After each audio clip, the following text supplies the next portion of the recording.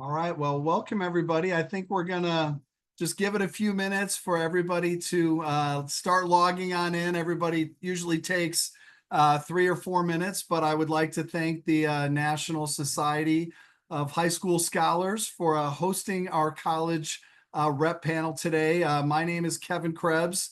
I guess I'm your host for today. A little bit of traffic copping here for the next hour. But it's an absolute pleasure for me to be here.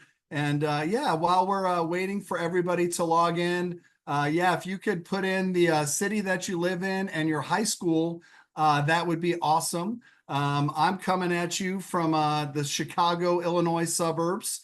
On a personal level, I've got 3 kids that are at various stages of their educational journeys. My oldest daughter is already out the door and done. My next daughter, her name is Ashley. She just graduated from Glenbard West High School in the Chicago suburbs. And we are moving in 2 weeks to Columbus, Ohio, where she will be attending Ohio State University on a full tuition scholarship, which for dad is very good. Yay. And then my youngest, Ava, is a junior. And she has no idea what she wants to do or where she wants to go. So maybe I should have had her on this panel with me tonight. But yeah, I'm super excited. And thank you, everybody, for putting in where you're coming from. I will introduce our panelists here in a minute. But before I do that, I've got a few minutes to just kind of talk about my journey as a first-generation college student. And I'm sure many of you can probably relate. And as parents, we did not, a lot of us went through this process a long time ago, so it's a lot different. And maybe some parents didn't go to college here in the United States, which is the case with a lot of HelloCollege families. But my parents came to the United States after World War II in the mid-1950s. 3 kids, pregnant, $20, 1 suitcase, and didn't speak a lick of English. Nothing. And so my mom actually taught herself to read English, read and write, looking at my sister's kindergarten and first grade books. And so, my 4 older siblings, they all started at community college, got their 4-year degrees, got their masters. All 4 of my siblings became teachers. I was the late in life pleasant surprise. I was born in the 70s.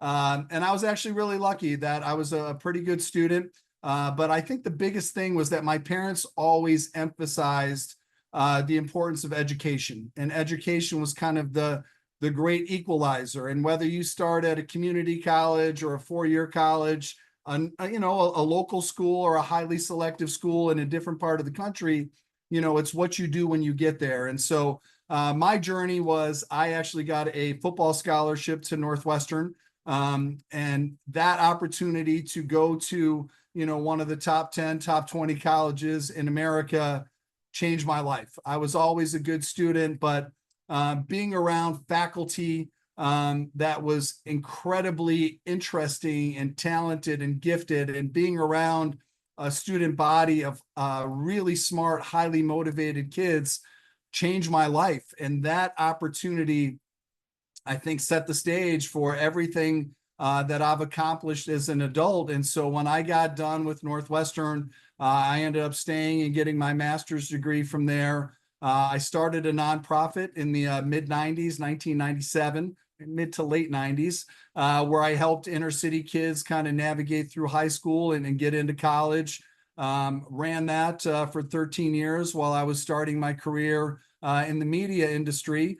And then I actually eventually sold my media business and started what's now HelloCollege. And over the last 12 years, we've worked with doing webinars and presentations to over 300,000 families around the world.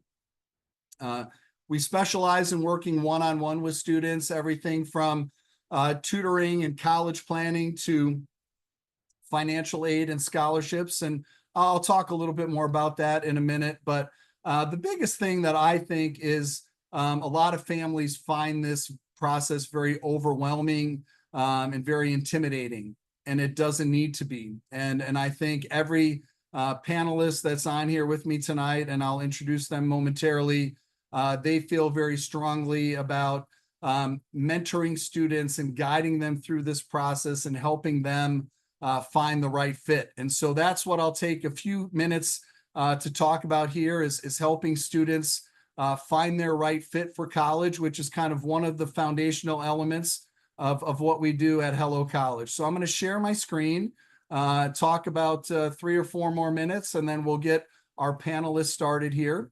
And so a lot of families, don't know where to begin. And so tonight, I want to welcome all of you, the National Society of High School Scholars. I want to welcome our students, all of the parents that are joining us today, and our great panelists today in our college rep panel. We have Eric Watson from Texas A&M University. He'll be leading things off here in just a couple minutes. His youthful good looks would not belie his true age. He's actually been doing this at A&M for 20 years. Believe it or not, he is an A&M grad. He has his master's in education from Texas Tech, I believe, right? Is that correct? Texas Tech. We have Rose Brown from Wake Forest. And Rose has, been at Wake and is very passionate about trying to get kids to Winston-Salem, but her undergrad was at UNC Chapel Hill.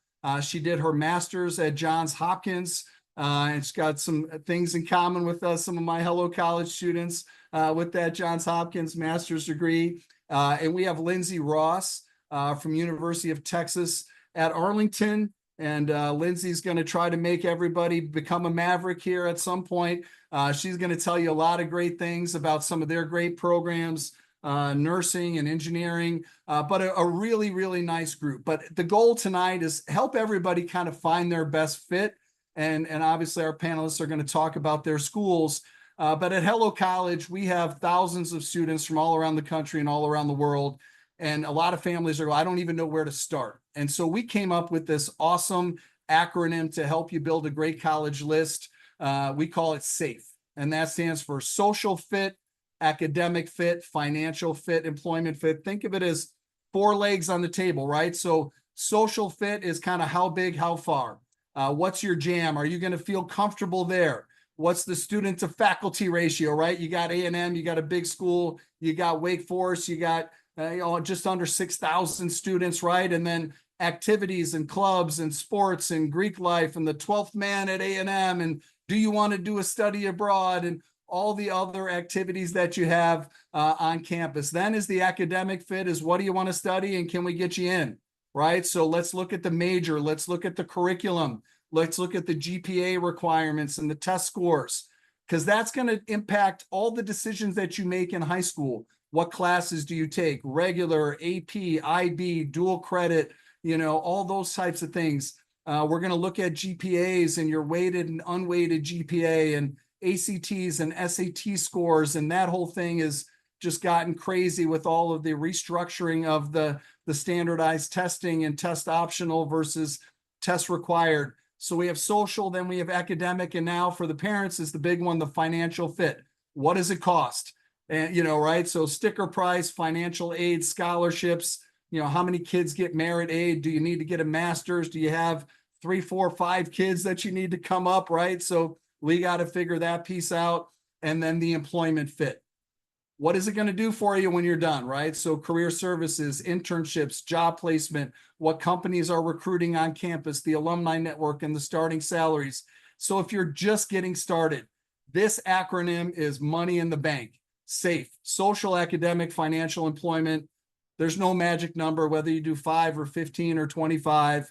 We just want to have a nice mix. That's really what we're talking about. And at HelloCollege, that's what we've done. For the last 12 years, we've worked with thousands of kids. Acceptance rates, 97% of our kids get into one of their top 3. Highly selective admissions, so that would be like the Ivy Leagues and places like that. The national average is 3 to 10%. We've been 40 plus for 12 straight years. We do ACT and SAT prep. And then, at the end, the stats at the bottom to me are the ones that make a difference, right? Nationally, 37% of kids transfer schools. We're under 9%. Changing majors, the national stat is 80% of kids change. 50% change twice or more. Our kids are under 20%. Graduating in 4 years, the national stat is 24%.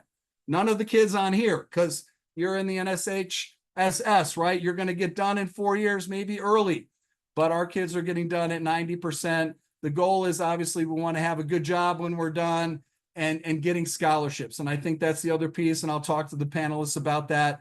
But helping kids identify scholarship opportunities, help mom and dad bring that cost down. Last year, we had 450 seniors, 439 had either school-specific merit or private scholarships. So that's a little bit about what we do at HelloCollege. If you would like a chance to chat with us, you can scan our QR code, set up a chance to chat with me or one of our advisors. You can scan it now and listen to the presentation and maybe come back to it later. But obviously, if you have a senior, we're in the middle of in the middle of the stuff. We're going back to school here pretty quick. But I've never had a family say they wish they would have started sooner. So if you have a younger kid, we can chat, junior, sophomores, freshmen. So thank you very much for letting me get this thing started here. I'm going to stop sharing my screen and we will get our panel started. So our first panelist tonight, he has a great screensaver. He's in this dapper jacket. Is it suede? It's a nice maroon jacket. Yeah, it's nice velvet. Yeah, it is a beautiful screensaver. But Eric Watson from Texas A&M is going to be our first panelist. And Eric, I will let you go do your thing. All right. Well, first off, I'll say howdy. If you don't know anything about A&M, that's one of our traditions and one of our great ways that we welcome our students and visitors to Texas A&M University every day and every year. I'm Associate Director of Recruitment for Texas A&M University. As was mentioned, I have been with Texas A&M University, specifically with the Office of Admissions or Office of Recruitment for the past 20 years. Not what I went to A&M to do. I was going to be a meteorologist. And that's why I chose Texas A&M University. And then I got into journalism a lot. And then I finished with a degree in communication journalism, worked in television for 4 years, right in Bryan College Station. So even after I graduated, I never left. I stayed there. And then the opportunity came to work at A&M, and I've never looked back. I figured out what my passion was, and I can't see myself doing anything else but assisting young people with their higher education dreams. And that's something that's been very relevant in my life, and everybody that knows me knows that, especially for those that want their kid to get into A&M and they know who to come talk to.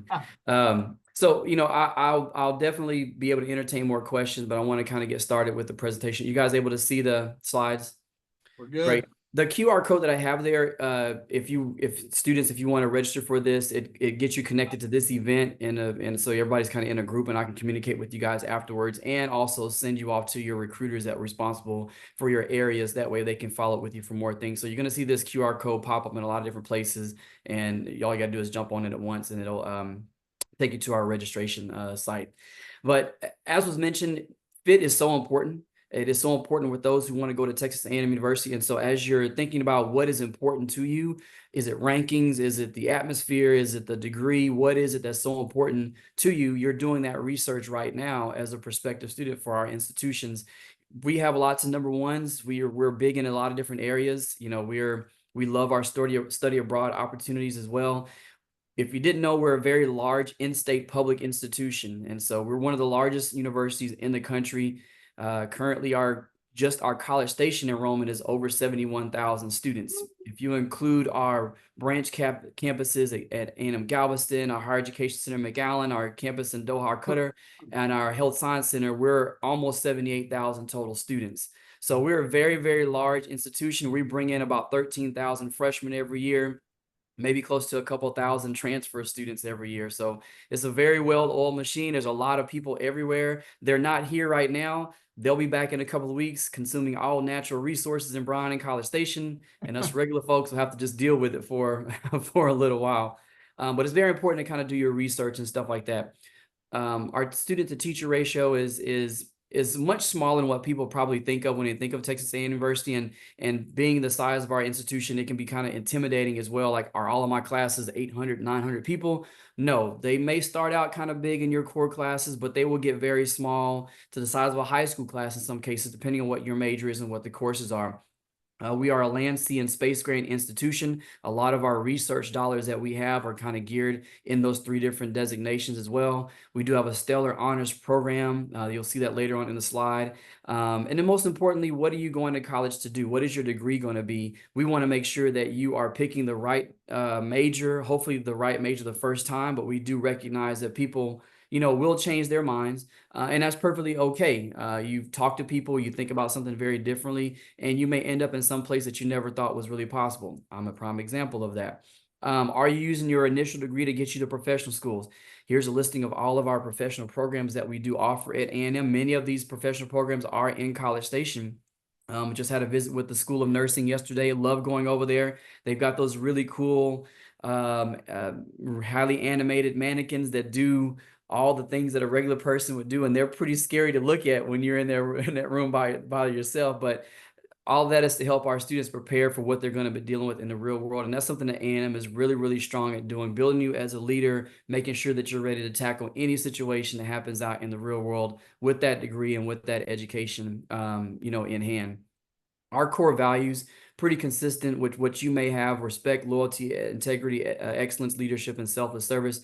Our motto: Aggies do not lie, steal, nor tolerate those that do. And we take this very seriously, and people who hire our students recognize that as well. So how to get in? A couple different ways. If you're from Texas, we've got our automatic admission top 10% rule. If you're not in the top 10%, then we go through our holistic process. If you're out of state, we go through our holistic process. So every of our applicants will fall into one of these 2 categories of admission. And you can see the different requirements that kind of go along with that as well. The holistic review is definitely more involved. We are looking more closely, not just at academics, but what you say about yourself in your essay, your extracurricular activities, things of that nature to kind of help put a complete package for you together. So that's very important when you're doing this. Is a very thorough application is going to help you in this admissions process.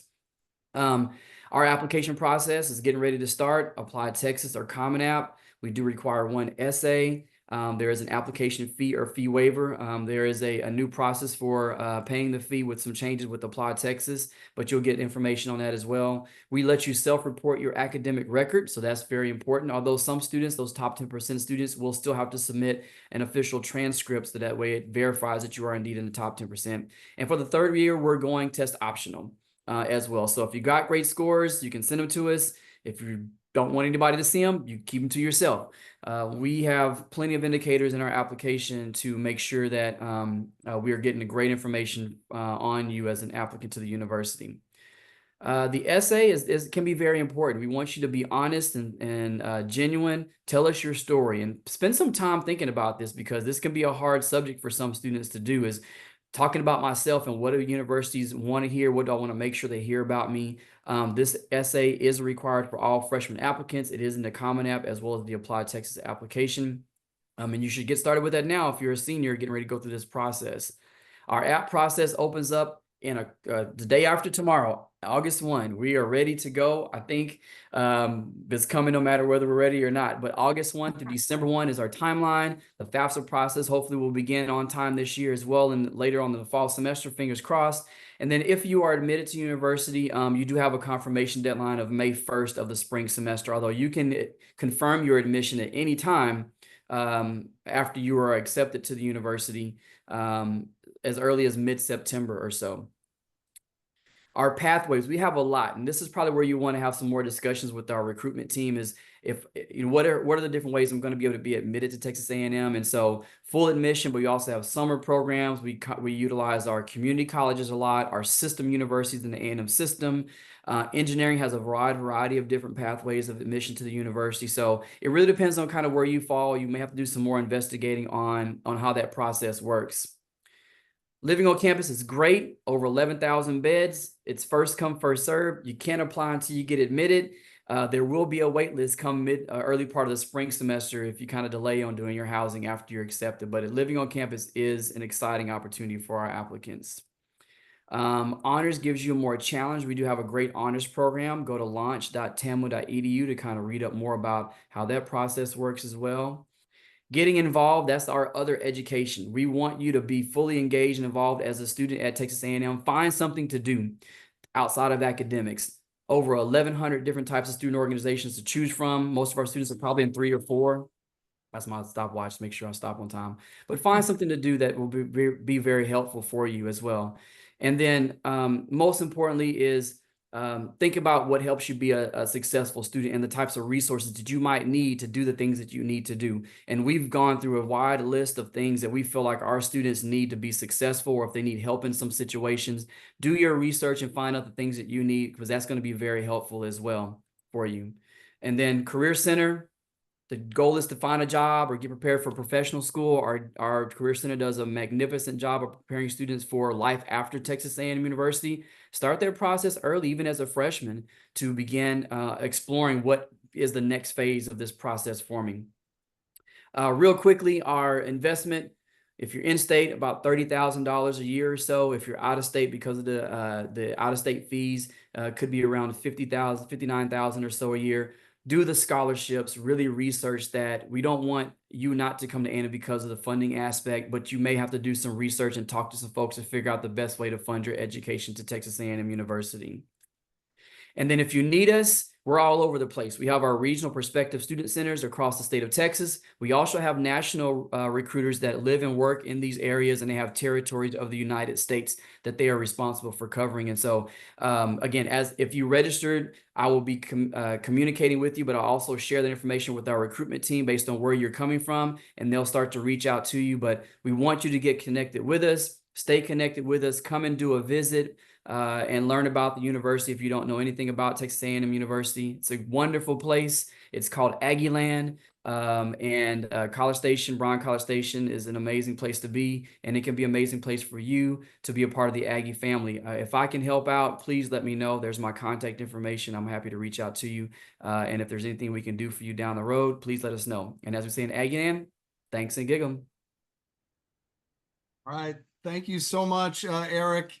It was awesome. I'm definitely gonna find out a little bit more information about the honors program and some things. Really, yeah, awesome job. Next up in the queue, we have Rose Brown from Wake Forest University. And just if you weren't on in the beginning, Rose attended UNC Chapel Hill as an undergrad and got her master's from Johns Hopkins. And she will be here for the next 8 to 10 minutes. To tell you about all the wonderful things that are at your fingertips at Wake Forest University in Winston-Salem. Thank you, Kevin. I hope you all can see my screen okay and can hear me all right. So I have been in the Office of Undergraduate Admissions just about a year and a half now. I'm an assistant dean, and I've loved my time here. But a little bit about Wake Forest. If you haven't heard of us before, we're located in North Carolina. If you've heard of Chris Paul III or oh my gosh, Arnold Palmer. Those are Tim Duncan. Tim Duncan. Oh my gosh, I almost forgot Tim Duncan. Come on now, let's go. They all come from Wake Forest, so we have some D1 sports, but we really offer so much more than just D1 sports in that sort of environment. So we were originally founded over 190 years ago in 1834, and our first class was around 4 students. Obviously, since that time, we have grown exponentially. We've added a medical school, a law school, business programs, dozens of different majors and minors, different professional offices and resources for our students.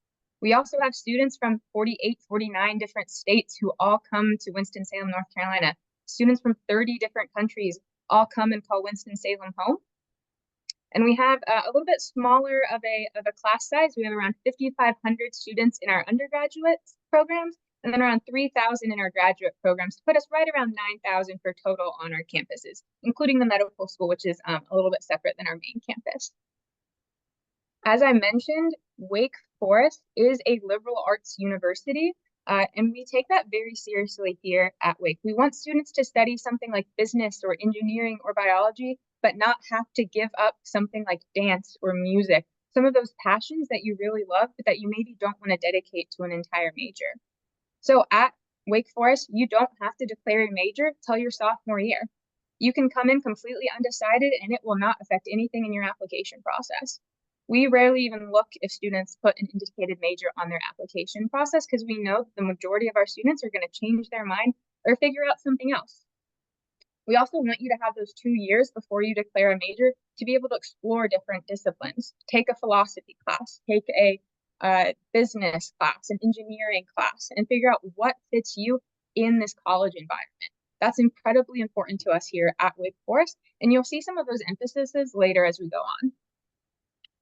Additionally, at Wake Forest, we do have medical school and a law school and business programs, but we have a lot of resources dedicated to our undergraduate students, and there's a variety of ways that you'll be able to see that. One, we want to make sure our undergraduate classes have small class sizes. We feel that students learn best when the professor can know your name, when they know where you're from. You're not just a student ID number or another essay to grade. They're going to have conversations with you and create dialogue, because we feel that's how students learn best. So our average class size is 20 to 25 students, and our student to faculty ratio is 10 to 1. The professors are going to know your name. They may even invite you over to their house to, do exam review night or do something in the theater program here at Wake Forest. They're going to get to know you for who you are. So once again, liberal arts, we want you to have that personal attention, but we also want you to have that hands-on experience in whatever way we can. For some students, that's an internship. Maybe if you're in the business program, you're going to intern. For other students, that could be research. Some of our undergraduate students are helping one of our professors currently develop a strain of drought-resistant tomatoes. So they're doing this research on campus, hoping to develop this strain that will hopefully help areas hit by famine and drought and help organizations like the United Nations and UNICEF. They're doing that research on campus with undergraduate students. Other students are researching things in our neurology department. They're helping out with our philosophy professors as well. And even some of our majors and minors, if you maybe don't have any opportunity to research, there'll be internships incorporated into those programs. We know that students learn best and that employers and graduate schools are looking for that hands-on experience through research and internships, and we do our absolute best to get those to our students. Another thing that is very important in the college search process is just that return on investment. You're going to spend 4 years, sometimes tens of thousands, hundreds of thousands of dollars at a place. What are you going to be able to do with that degree? So at Wake Forest, we have our Office of Personal and Career Development, who is dedicated to helping our students through their 4 college years as well as after, and they are excellent at their jobs. 97% of our students are employed or in graduate school within 6 months of graduation. 97%. And that's because they do such a good job working with recruiters, working with students. Just last year, our OPCD office, they won an award from Handshake, which is a recruitment platform, because of their engagement with recruiters and students. So that's just another example of how we want to invest in our undergraduate students here at Wake. So along with all of that, we also believe that getting out into the world and discovering new cultures is also an important part of the college experience. So we have a variety of study abroad options, and a lot of our students are interested in us because we offer some really unique study abroad opportunities. We're typically ranked top 5 in the country for study abroad, and students getting credit for that study abroad. So we have over 400 programs in 200 different cities all across the world. We can send you anywhere that is safe. We also own 3 houses. We own 4 houses, but we own 3 abroad. We own a house in London, England, a house in Vienna, Austria, and then we own a house on the Grand Canal in Italy. The only other university to own a house on the Grand Canal is the University of Venice. So definitely something a bit unique to us here at Wake. Around 2/3 of our students will study abroad at some point. We have multiple going more than once, just because it's something that's so popular. Our record is 5 semesters abroad, but I do not recommend that.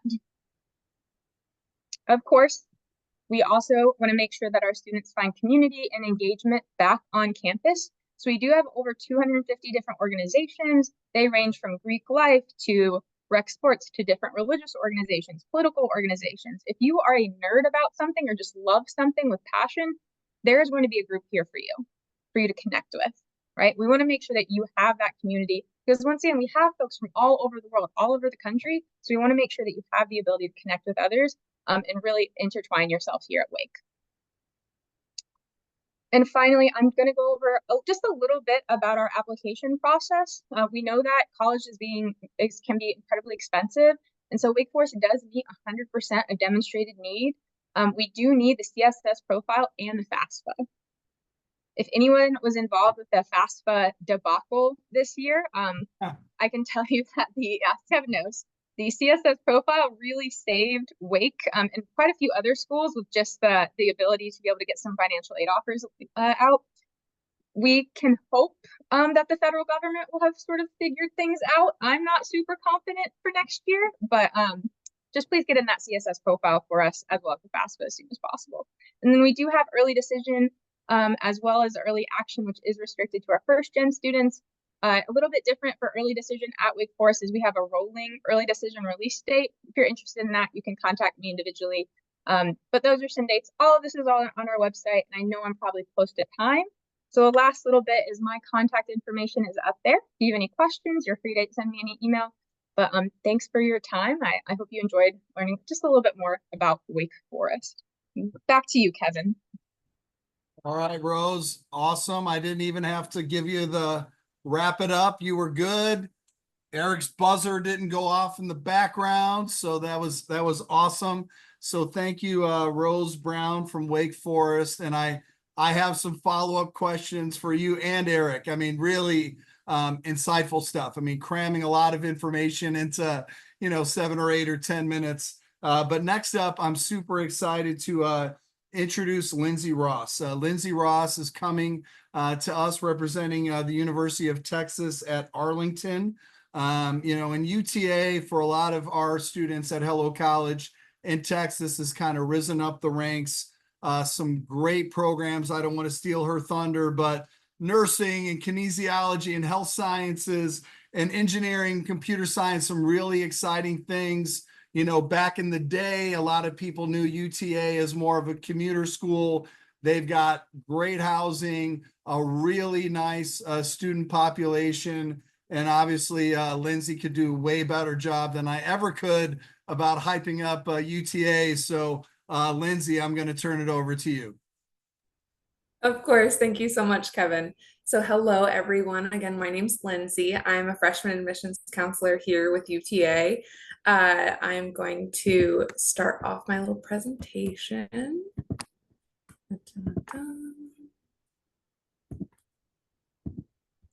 All right. So this is me. I'm a freshman admissions counselor with UTA.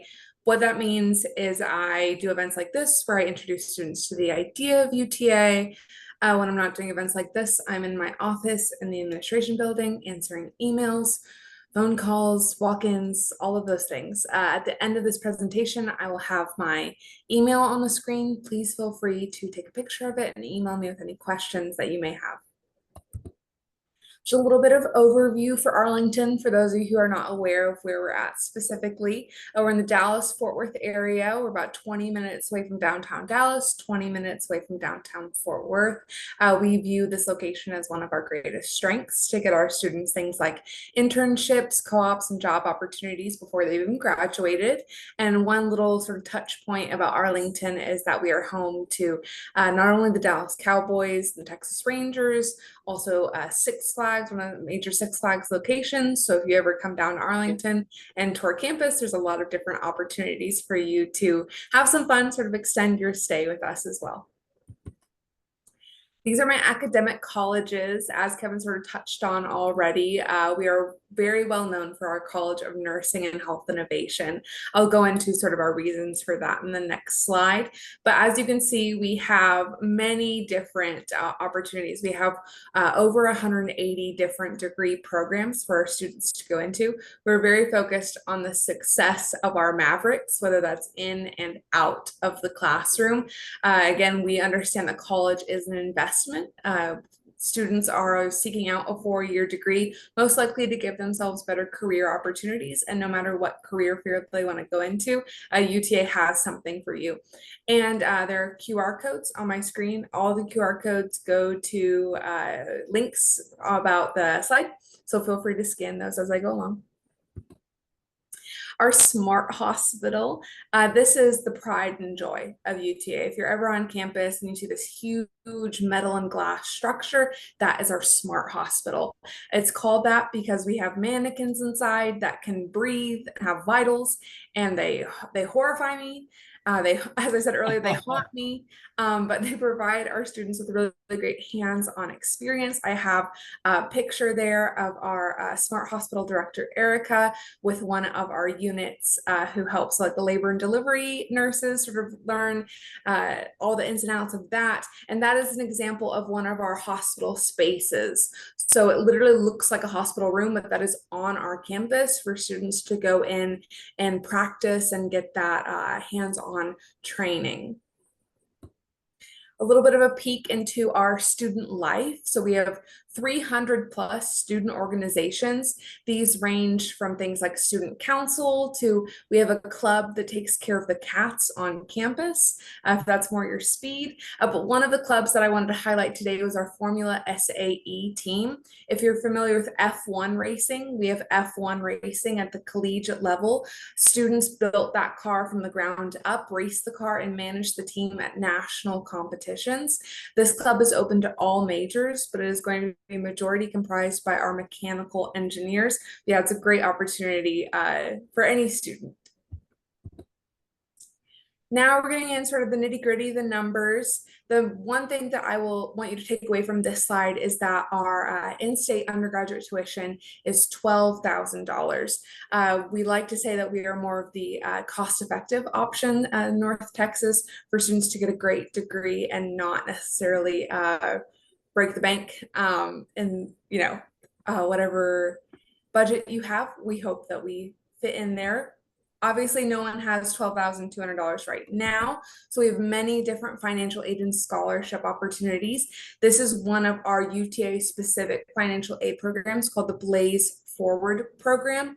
The financial aid deadline for us this year, again, as everyone's sort of been alluding to, fingers crossed for the FAFSA, but will be March 1st. If we have issues with the FAFSA, this will of course be delayed. And then our scholarships, our merit-based scholarships, I could not talk enough about these. You get automatically considered for when you apply to UTA. As you can see, our presidential scholarship goes up all the way to $12,000. So if a student receives the presidential scholarship, they can receive almost all, if not all, of their tuition covered. Again, they do not have to submit any fancy application or anything like that. You get automatically considered, and that deadline again is March 1st. Finally, our tours. I am one of the people that gives our tour presentations as well as sort of a rotating team. We have 2 tours every day except for Sunday, and we would be so happy to have you out on campus. I'm sure many of the people on the panel agree that you do not know if you belong at a school until you step foot on it. Any panelist here would agree that you should come and view our campuses. You should come and see yourself, whether it's just in class or hanging out on our lawns or even in our dining halls. Being able to be a part of campus physically is very important to your college decision making. And as promised, here is my email. Whether you are a guardian or a student or anywhere in between, you have a question for me, I promise I will get back to you as soon as physically possible. UTA is very important to me. And as Kevin has said, all of our passions are getting you where you want to go. So again, thank you all so much for your time. I appreciate you. And I'm going to hand it back over to Kevin. All right. Bravo. Thanks, Linz. Yeah, if any, I know we have a really nice turnout tonight.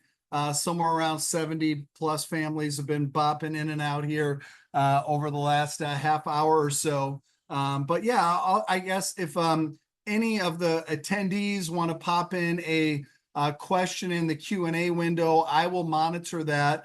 I've got a couple that I want to ask each of the panelists, and then I will go back to the attendees and get those answered. But I guess, I guess, Eric, my first question is for you, being the first panelist. We all know that for kids in Texas, A&M, and even out of state, A&M is a competitive admit, right? So it's tough to get in. You talked about a couple thousand kids getting in as transfer students. For a student maybe that in high school hasn't hit their stride for one reason or another, if they started out at a a satellite campus in Corpus Christi, or maybe a different school in Texas, what is the process for them to transfer in? And is that after freshman year, sophomore year? Tell us a little bit about that transfer process. Sure. Well, I do oversee our transfer team, so we have dedicated individuals that that's all they do is they work with transfer students. This is I feel like is a growing population of students across the state and across the country for a variety of reasons. And we want them to consider coming to Texas A&M if they, did not get in as a freshman, or for whatever reason, finances, or not sure what they want to do. The community college route may have been the way that they've gone, or they decided to take another opportunity, another university, and then transfer later on. We'll meet them where they are and get them advised. The biggest part of this is definitely have to get advising on what your major is going to be, so we can direct you in the specific courses that you need to take. The cool part of this is the process lays out exactly what you need to do. Every major has what we call a transfer course sheet, and it lays out the common courses that are required for that major. Especially if you're going to a community college in Texas, we'll be able to match those courses up really well. If you're out of state, it takes a little while, but we can match those up. But the big thing is that you will know exactly what the requirements are. 24 hours and a 2.5 minimum gets you considered. 2.5 probably won't get you into most of the majors at A&M. So you probably want to shoot for something higher than that, but the transfer course sheet tells you what the GPA minimum is going to be for that particular major. So you can either get advised or you can self-advise, because the document that we have listed in our transfer website gives you everything you need to know to hopefully help you be successful on your first attempt as a transfer student. We've got plenty of services for those transfer students. They usually don't come like the freshmen do. They come individually. They don't really know each other, but we do have T camp and Howdy camp, similar to our fish camp for transfers. We do have a whole transfer student support office on campus that will assist those students with the transition to Texas A&M University and all the things that they kind of need to get squared away with. We have a lot of military because of our military background as well. A lot of students went to military, they went to community colleges, now they're coming over, and how do they use their benefits and things like that. So we will really meet that student where they are, especially if they don't come the traditional route, as a freshman. And we see them as a second year community college student. We may see them as a fifth or sixth year university student that's going back and want to finish what they started, or life happened and they want to finish with an A&M degree. And we can see them further along down their careers, professional careers, and they want to come to Texas A&M University. And we'll work to figure out a pathway for them if they're dedicated and want that degree, want that Aggie ring. Then we'll figure out a way to actually make that happen. But transfers are a really important part of our student population at A&M. The thing is, you don't know who they are, but they're everywhere. Yeah, no, thank you so much, Eric. And yeah, I mean, I think that everybody's got their own path, right? Like the life journey isn't a straight line for everybody. And I think A&M, from a lot of the bigger schools in the country, they do a great job of kind of assimilating a lot of different students into the mix and making them feel like a part of the campus community. And so we've had a couple of students or families put notes into the Q&A. And so I think a lot of these are going to be directed toward Rose. So Rose, I think somebody asked a question about sports, and I know Wake and A&M are D1. UT Arlington's got sports, probably not as big. They're not going to be on ESPN all the time, but everybody's got it. Right. But I think, I think one of the questions for Rose was, for somebody that's homeschooled, kind of how are they evaluated differently? And do you have any recommendations for them? And then, Wake, in terms of their, interview process, and how is that kind of weighted relative to their academics? And then I will come back and I'll touch on whoever had the question about extracurriculars. I'll pontificate on that for a couple minutes, but Rose, I'll shoot that over to you. Okay, so I think I had a question about homeschooling.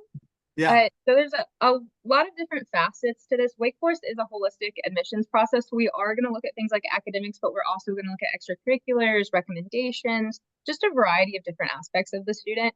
For homeschooling, it is a little bit dependent on if you're doing like a program, and if that program has different rigor, if you're doing AP classes in that program as well. So it's very dependent on the program you're doing in your individual situation. My sort of biggest recommendation is to do as much rigor as you feel you can. Don't sacrifice your mental health or anything like that, but as much as you can, try to get some rigor in there. And if there is some sort of standardized test, some states have standardized tests that they are required to do. Sometimes that can be helpful with something like that. But the big thing is just try to get that rigor in there as much as possible. And I know that's not necessarily a great specific detailed answer, but because of the variety of homeschooling programs, I can't be super detailed on that, at least for Wake Forest. And then you're welcome to email me as well if you have additional questions. And can you remind me what the second part of your... Yeah, I'm going to keep firing stuff at you, Rose. So Okay. the easy one is Wake still test optional, or is that changing? Great question. Wake has been test optional since 2008, so over 15 years now. Okay, wow. We were one of the first sort of selective universities to go test optional.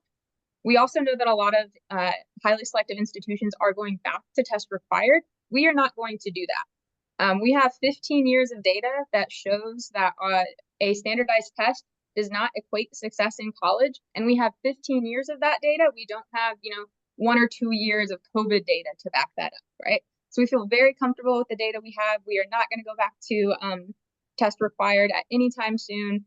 And I know I always get this question, so I might be jumping the gun, but if you do not submit a test score, we cannot evaluate what we don't have. So don't think that we are going to assume that your test score is low or bad, because we can't evaluate what we don't have, and so it does not affect your application. So I might have jumped the gun on that one. That's usually a follow-up I get there. Yeah. So I guess let's flip it over to Lindsay. Is UTA test optional? What's their test optional status these days? Of course, we are test optional. Sort of to Rose's point of, if you do not submit a score, or you submit a score that you think is bad, a score will never hurt you. Scores can only benefit you, and they benefit you in 2 areas. They benefit you for our merit-based scholarships, the scholarships that I touched on during my presentation. Those look at your GPA as well as any SAT or ACT scores that you submitted. They also benefit you for entrance into our honors college program. But yes, for now, test score optional. All right, awesome. And Linz, is there like a rough matrix that you guys have with unweighted and weighted and test scores that, like GPA this and test score this gets you this much money? You need to have a minimum benchmark to get into the honors college. Do you have something that you can share with us that kids can say, okay, especially for the ones that can move the needle, right? Like, I want to get to that next level. Do you have a matrix that you can share with us? Of course. So on my scholarships page in my presentation, the QR code links you to a video that explains every single dollar amount with the test score Awesome. and the GPA necessary. Awesome. For admissions, our minimum GPA is a 3.25. Our SAT/ACT scores might shift for the upcoming year, but for the honors college, it was a minimum ACT score of 27, minimum SAT score of 1250. Fantastic. We're getting some specific school things. In the interest of time, a lot of people are putting in questions about, extracurricular activities and all of that.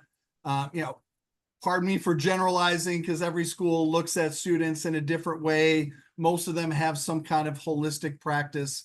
And I know Alicia's like, what is the minimum GPA I have to get into Wake Forest? It is really, most of the colleges publish their data online. You can check that out on their website. You can look at the common data set. If you really want to geek out, you can Google any university in the common data set, and it's like a 40 to 50 page PDF of every stat that you could ever imagine on the face of the earth. Check that out. That is an expert tip, right? Check that out. Common data set, Wake Forest, UTA, Texas A&M. But then the big thing is like with the extracurriculars, right? And this is what we do at HelloCollege, right? This is our bread and butter. We are mentoring high school kids to get into their best fit college at the best price. And so, when we're advising families about what extracurriculars, number one, I think if you can align, the best case scenario is if you can align your extracurriculars with what you want to do in college, that's ideal, right? But a lot of people think, okay, hey, I've got to grow food on Mars, or I have to have a patent pending, or I got to do, you know what, an extracurricular be, you have a part-time job at Walmart. You take care of your 3 younger siblings, right? Like today, I had a student in Oklahoma. She works 30 hours a week to help support her 4 younger siblings. And she's worried about her GPA and her test score not being good enough.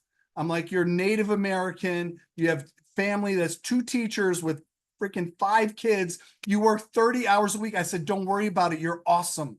Her extracurriculars are off the charts. She does community service. She does stuff at her church.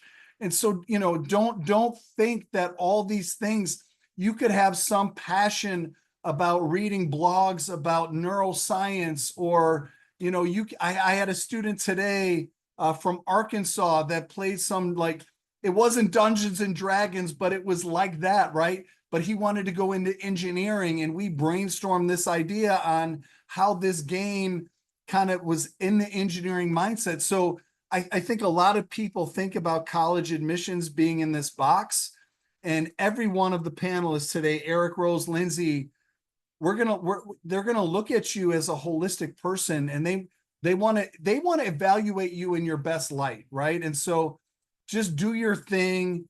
All I would say is don't hold back. Don't give 50% effort, right? Colleges see the kids that want it, right? And I think that is the biggest thing that we at HelloCollege try to do. I mean, we have a curriculum, whether our kids start as freshmen or as seniors. We take the kids through a bunch of workshops. They have a one-on-one counselor, an essay coach, a financial aid and scholarship specialist, and we figure it out. And we have kids that go to UTA, we have A&M, we have a bunch of kids at Wake and Stanford and Harvard and Canada, and, you know, like, we have them all over the place.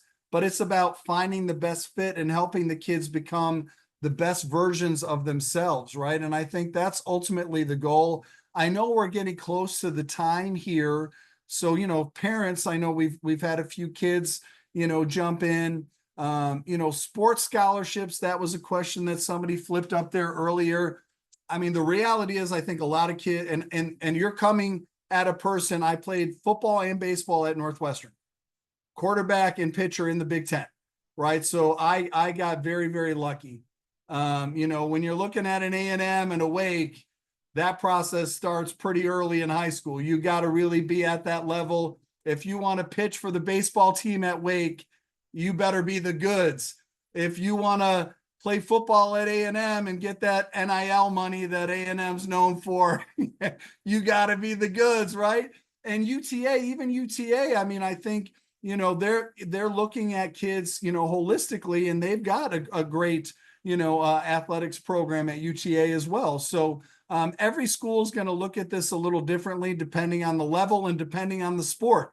Some schools have full scholarships, some schools have partials. So that's a whole different conversation than I think admissions and academics. I don't know if I'm missing any other questions here. I see a bunch of stuff. Sydney's having power issues, our host. But yeah, if there are any other questions here, I know somebody earlier had a question about the interview process. Not every school interviews. Some of the private schools do that. You know, maybe Rose, that's a question for you. And I've done admissions interviews for Northwestern. I can talk about that a little bit from a Northwestern perspective. But Rose, I mean, does the interview at Wake matter? You know, how much do they weight that in terms of the application decision? Yeah, so I can only speak for Wake Forest, obviously, but the Wake Forest interview is optional, and then we do have limited space. So students are allowed to request an interview after they apply, but we do not use alumni or students for our interviews. It's only trained admissions staff. So our interview sort of slots fill up very quickly. Additionally, the interview is optional. It helps some kids, it hurts some kids. For a lot of kids, it just is sort of a net zero, to be completely honest with you. We also have an option to do a video interview as well, which is just like a student taking a 3-minute video, which you are welcome to do that. Really, the interview versus the video versus neither is just what you feel most comfortable with. Do you feel it's going to add something to your application? Are you going to show us a little bit more of who you are, your personality, who you're going to be on our campus? Take that opportunity. If you feel like your application speaks for itself, you don't necessarily need to do it. It's completely optional. It's up to you. We will evaluate it if we have it. It is not required. I know that's sort of a myth going around that you don't get into Wake Forest if you don't do the interview. That's completely not true. So thank you, Kevin. Yeah, no, Rose, I mean, that's pretty much what we've advised our, students. And at the end, I think that's the whole thing. I mean, if number one, the grades are going to matter, right? Like, did you bring it in high school, right? If you got a great test score, awesome. If not, that's okay. There's, like I said, there is a path for everybody.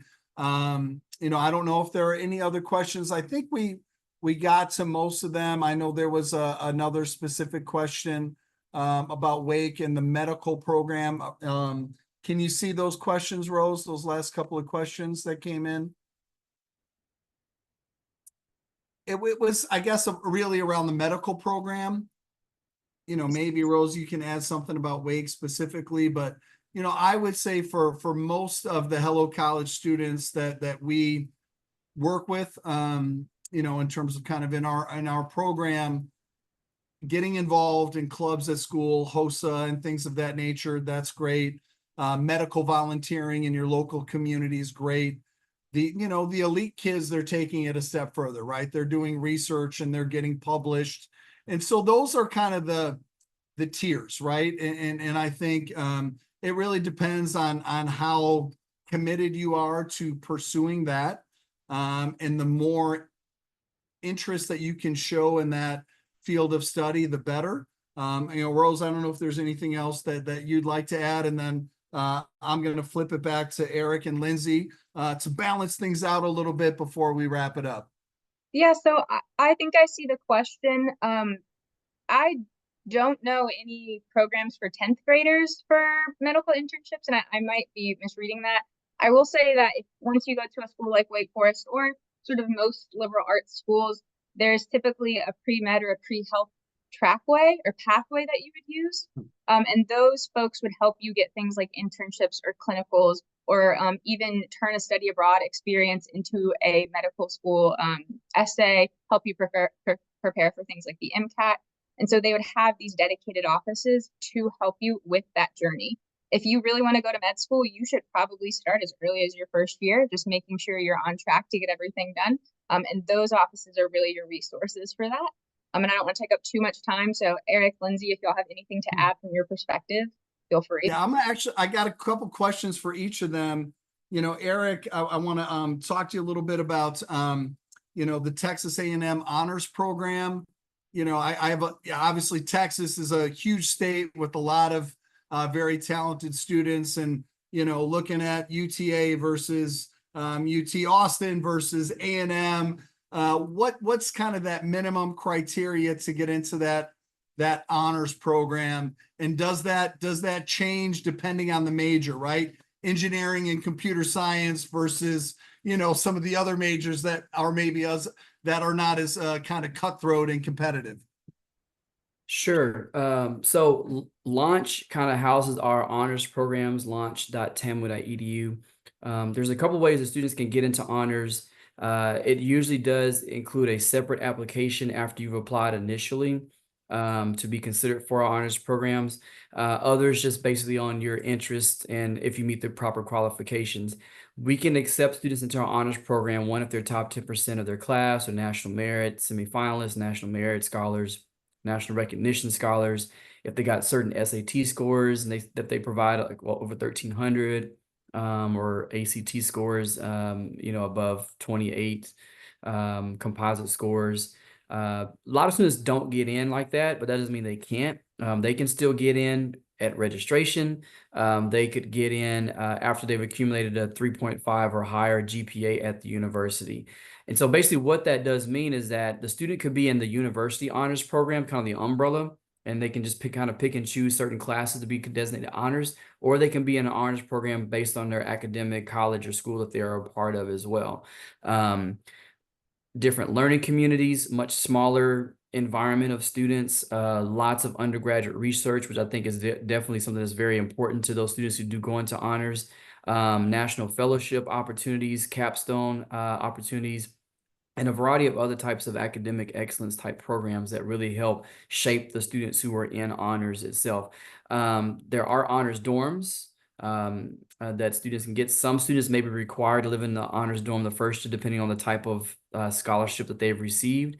They get to register for classes before anybody else. And you think about what I said earlier about our student population, we have a lot of students. And the they have to housing. register for classes and housing. So being able to do things first Get your bed now. is very important. So yeah, I think honors is something that students should definitely really investigate. If they want to kind of up their challenge a little bit, they want that kind of more independent study and research and not so much just lecture that kind of can come typically with the regular class.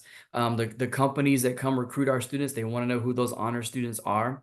Can you be successful without honors? Yes, you can. Will you get an outstanding education that will get you the best job you can possibly imagine? Yes, it can.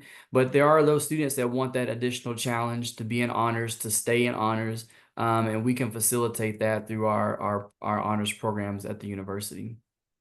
All right, awesome. And then just to wrap it up, I know we're getting close on the time window here. But Linz, can you tell us a little bit about that Blaze Forward program and, maybe transfer credits for a lot of the kids in Texas that are taking the dual credits or the APs and, all of that stuff. And I'll flip that one over to you, and then we'll wrap things up here with a little HelloCollege, and I'll send it back to Sydney, and she can bring us home.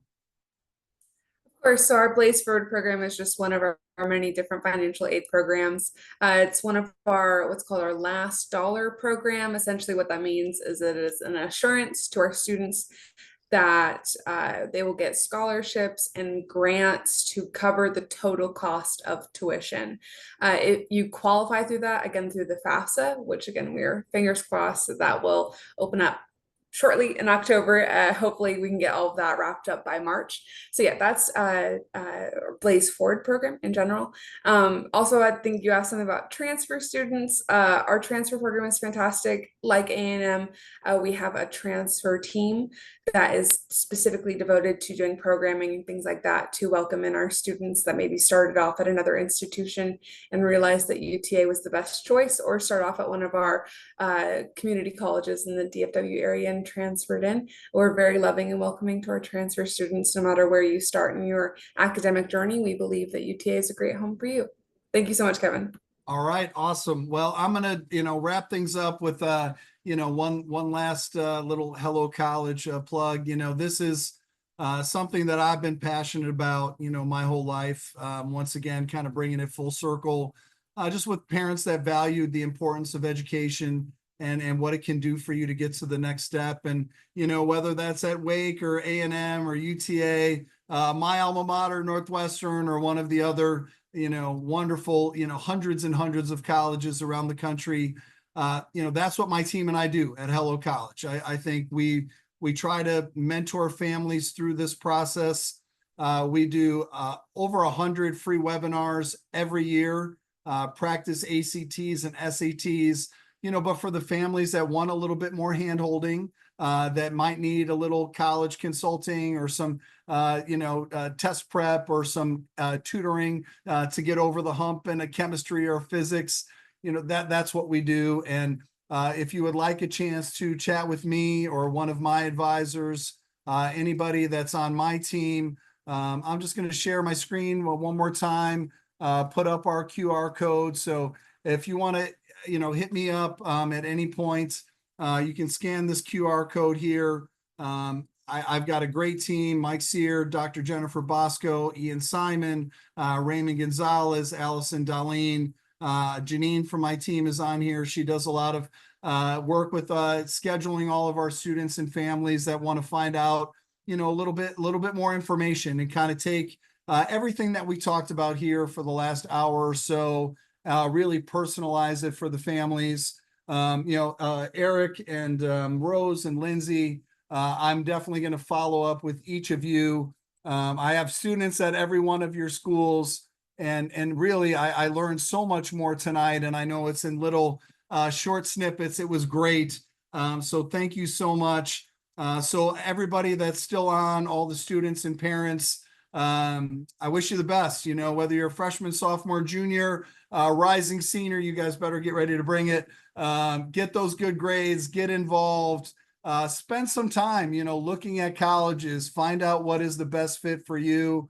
And National Society of High School Scholars, has done a great job of providing, these opportunities for our kids, summer programs and different things. So, Sydney, thank you. If there's anything else that I need to do as the host, let me know. No. Otherwise, I'm flipping it back to you. We're going to wrap it up, and I'm going to go eat some dinner and read some college essays. Awesome. Coming Well, up at the top of the hour. yeah, you said it all, Kevin. Thank you guys so much for being here, to our wonderful panelists and all of you NSHSS families. This session is being recorded, so it will be on our website. If you have any questions for us, feel free to give us a shout. And of course, all of our panelists as well. So thank you all and have a great rest of your day. All right. Cool, everybody. We'll see y'all soon. Thank you, guys.